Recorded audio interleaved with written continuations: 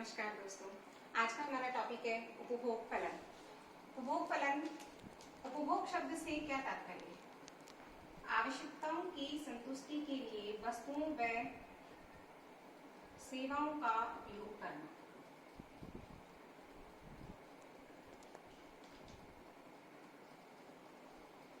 आवश्यकताओं की संतुष्टि के लिए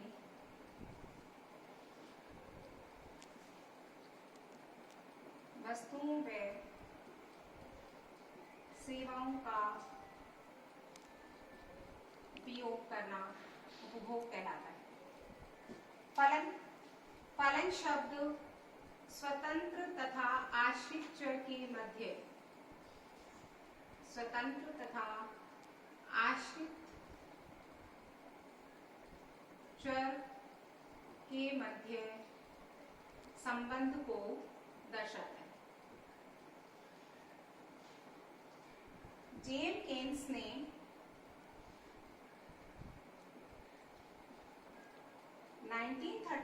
के अंदर अपनी पुस्तक the general theory of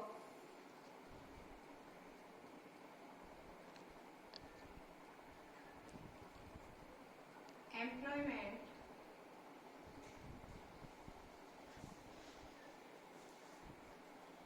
interest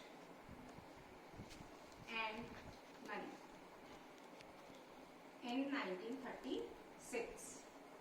1936 में the general theory of employment interest and money के अंदर आय तथा रोजगार के निर्धारण का सामान्य सिद्धांत प्रस्तुत किया। उपभोग फलन उसी का एक महत्वपूर्ण भाग है। उपभोग फलन के माध्यम से ही जेम केन्स ने उपभोग का आधारभूत मनोवैज्ञानिक नियम का प्रतिपादन किया। उपभोग का आधारभूत मनोवैज्ञानिक नियम का प्रतिपादन किया। The fundamental psychological law of consumption. इस नियम के माध्यम से केन्स ने कुछ महत्वपूर्ण बातें बताई। पहला, उपभोग खर्च योग्य आय का फलन होता है। उपभोग खर्च योग्य आय का फलन होता है, या अन्य शब्दों में उपभोग खर्च की योग्य आय पर निर्भर करता है। यदि गणितीय रूप में इसे लिखा जाएगा तो इसे हम इस तरह से लिखेंगे, C is a function of Y D, जहां C उपभोग को व्यक्त करता है और वाई डी खर्च के योग्य आय को व्यक्त करते हैं। खर्च की योग्य आय किस प्रकार निकाली जाती है?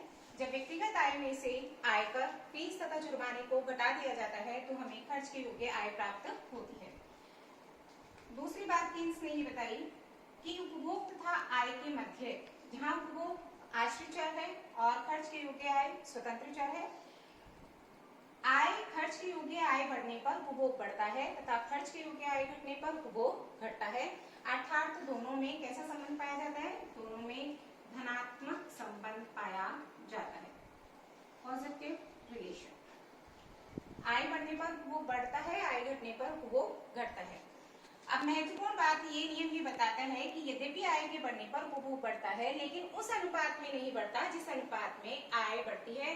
अर्थात आय के अनुपात से कम अनुपात में उपभोग बढ़ता है। इसे ही उपभोग के आधारभूत मनोवैज्ञानिक नियम के नाम से जाना जाता है। इसके माध्यम से केन्स ने यह समझाने का प्रयास किया कि उपभोक्ता की आय के दो भाग होते हैं, पहला उपभोग और दूसरा बचत। उपभोक्ता की आय के दो भाग होते हैं, पहला उपभोग, दूसरा बचत। वाई खर्च के योग्य आय, personal disposal income. C consumption, उपभोग के लिए। S सेविंग, बचत के लिए प्रयोग में लाया जाता है। अगर हम उपभोग फलन सिद्धांत को रेखीय रूप में प्रस्तुत करें,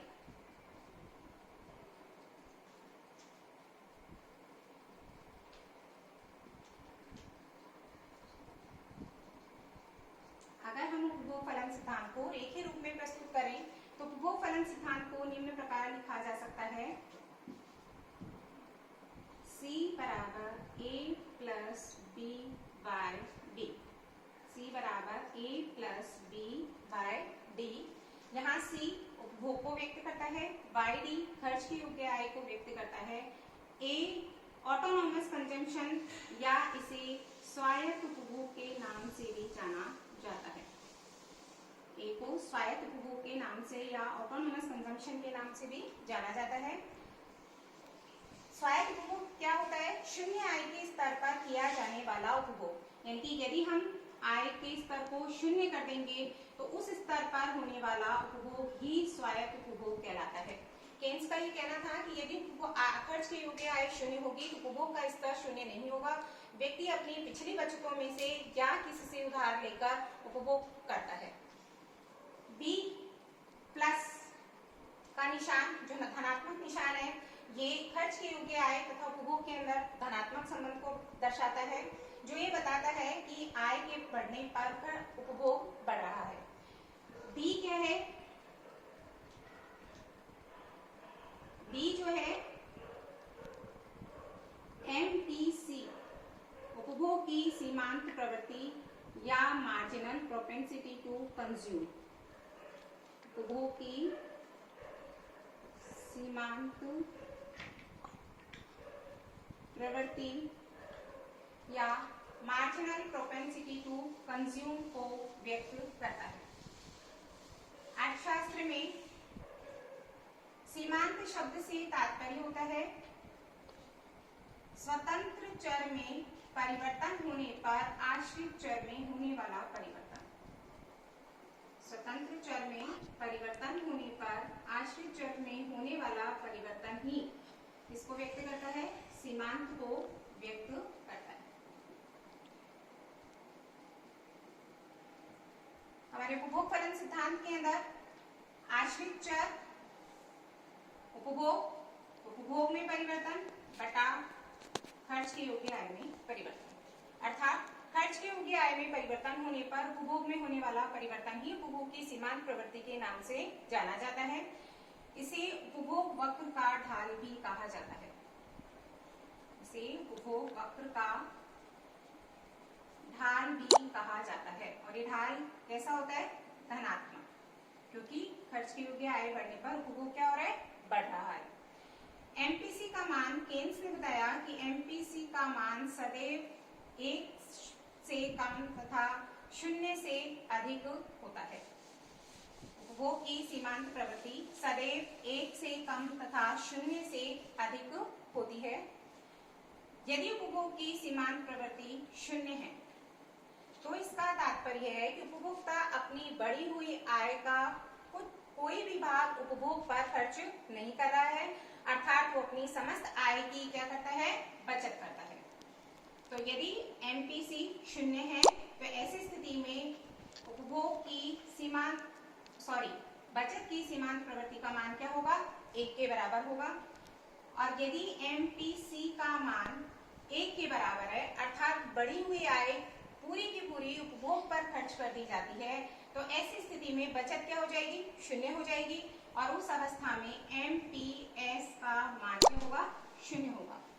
इस समीकरण पर अगर हम ध्यान दें तो हमें एक और तथ्य पता चलता है कि एमपीसी प्लस एमपीएस का योग, अर्थात उपभोग की सीमांत प्रवृत्ति तथा बचत की सीमांत प्रवृत्ति का योग 1 के बराबर होता है। धन्यवाद।